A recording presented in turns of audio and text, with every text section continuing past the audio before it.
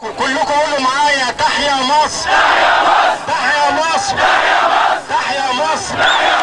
أعزائنا المشاهدين في كل مكان، لقائنا مع السيد الأستاذ الدكتور سيد حجازي، نائب رئيس الجامعة لشؤون الدراسات العليا والبحث العلمي. بنرحب بيه. أهلا دكتور سيد. أهلا وسهلا بكم في الجامعة. الرسالة برضو من وجهة نظر الدكتور سيد حجازي، إيه الرسالة اللي بتقدمها جامعة كفر الشيخ لكل جامعات مصر والعالم العربي؟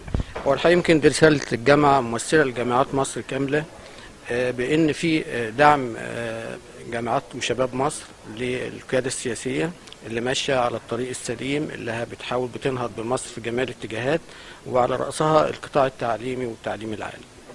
دكتور سيد، نائب رئيس الجامعة لشؤون الدراسات العليا والبحث العلمي، عايزين برضو نعرف ايه اهم النقاط اللي بتتخذوها لتنفيذ البحوث المقدمة لتنفيذها على ارض الواقع. اول حاجة يمكن الجامعة بتاخد الخطوات الاحدث في البحث العلمي والبحوث التطبيقية اللي هي بتهم المجتمع وبتنهض بالبيئة.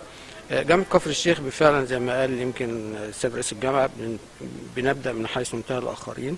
احنا عندنا دراسات عليا متقدمة جدا بتضارع أعلى معاهد وجامعات العالم.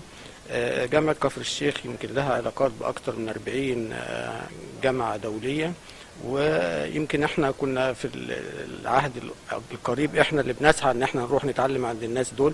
دلوقتي الجامعات العالمية هي اللي بتسعى انها تيجي كفر الشيخ وتطبق فيها البحوث وتشارك في البحوث. احنا عندنا بحوث علمية في البايوتكنولوجي على اعلى مستوى، والهندسة الوراثية، النانو تكنولوجي اللي هي الموجة الحديثة في البحث العلمي.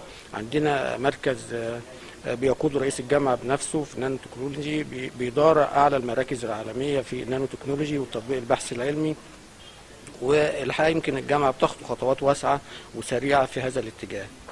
دكتور سيد، بخصوص البحث العلمي، عايزين نعرف أهم الدول الأوروبية اللي لكم بروتوكول تعاون معاها. معانا يعني دول كتيرة جدا، على رأسها اليابان والصين وبولندا. أنا لسه راجع من اتفاقية كانت بتوقد ومن تفعيل اتفاقية. الحقيقة في دول كتيرة جدا، انجلترا وامريكا، وعندنا بقول لحضرتك اكثر من 40 جامعة دولية واعلى مستويات في البحث العلمي، وكلهم زي ما بقول في بحوث مشتركة، وكل البحوث هادفة تطبيقية زي ما قلت لك، على رأسها الحاجات اللي هي الحديثة جدا اللي بتفيد دلوقتي في مجال الانتاج ومجال الصحة ومجال التقدم الهندسي والبايوتكنولوجي. الأستاذ الدكتور سيد حجازي، نائب رئيس الجامعة لشؤون الدراسات العليا والبحث العلمي، شكرا لحضرتك. شكرا.